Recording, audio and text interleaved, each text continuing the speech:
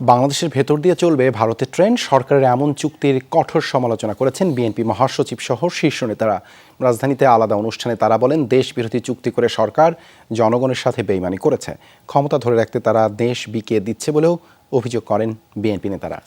স্বাস্থ্য এবং স্বাদের মধ্যে চমৎকার একটা ব্যালেন্স করে পীর প্রিমিয়াম আয়োডাইজড লবণ।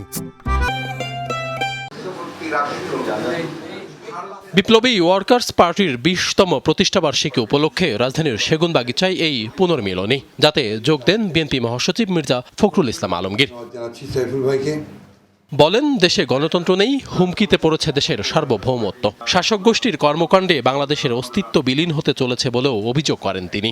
দুর্ভাগ্য আমাদের যে আজকের যে শাসক গোষ্ঠী, তাদের কারণেই যারা কখনোই গণতন্ত্রে বিশ্বাস করেনি, তাদের কারণেই সেটা আবার সেদিন প্রচণ্ডভাবে ব্যাহত হয়েছে এবং আবারও সেই দলীয় সরকারের অধীনে নির্বাচনের ব্যবস্থা করে বাংলাদেশকে আবারও আপনার সে অনিশ্চয়তা, অস্থিতিশীলতার দিকে ঠেলে দেওয়া হয়েছে এবং সেই প্রক্রিয়াই এখনও চলছে। এখন একটা এমন একটা জায়গায় এসে পৌঁছেছে যে যেখানে বাংলাদেশের রাষ্ট্রের অস্তিত্বই বিপন্ন হয়ে পড়েছে।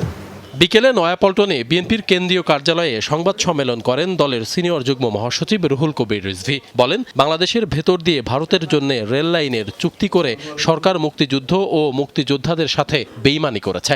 ভারত সবসময় বিগ ব্রাদার সুলভ গরিবা থেকে বাংলাদেশকে বিবেচনা করে। ৭ই জানুয়ারির একতরফা ডামি নির্বাচনে শেখ হাসিনাকে বৈধতা দিয়েছে ভারত। তাই কৃতজ্ঞতা স্বরূপ শেখ হাসিনা বাংলাদেশের স্বাধীনতা ও সার্বভৌমত্বের বিনিময়ে ভারতকে সব উজাড় করে দিতে কুণ্ঠিত হচ্ছেন না। জনগণ মনে করে দেশ বিরোধী চুক্তি আড়াল করতেই ছাগল কাণ্ড, বেনজির কাণ্ড, আজিজ কাণ্ড, হেলিকপ্টারে আসামি গ্রেপ্তার কাণ্ড সামনে আনা হচ্ছে। এর আগে অবৈধ সরকারের অবৈধ চুক্তি শিরোনামে বিক্ষোভ সমাবেশের আয়োজন করে প্রজন্ম বাংলাদেশ। সেখানে সরকারের সমালোচনা করেন বিএনপি নেতারা। এ সময় বিএনপি চেয়ারপারসনের উপদেষ্টা জয়নাল আবদিন ফারুক বলেন, দেশের ভেতর দিয়ে ভারতের ট্রেন চলাচল জনগণ মানবে না। হিন্দুস্তানের সাথে ভারতের সাথে অসম চুক্তি আপনাকে বাতিল করতে হবে। এই অসম চুক্তি যদি কার্যকর করেন, বাংলাদেশের মানুষ আপনাদেরকে ক্ষমা করবে না। এদিকে বিকেলে খালেদা জিয়ার মুক্তির দাবিতে পল্টন ও প্রেসক্লাব এলাকায় বিক্ষোভ মিছিল করেছে রিকশা শ্রমিকরা। আশিক মাহমুদ, যমুনা নিউজ, ঢাকা।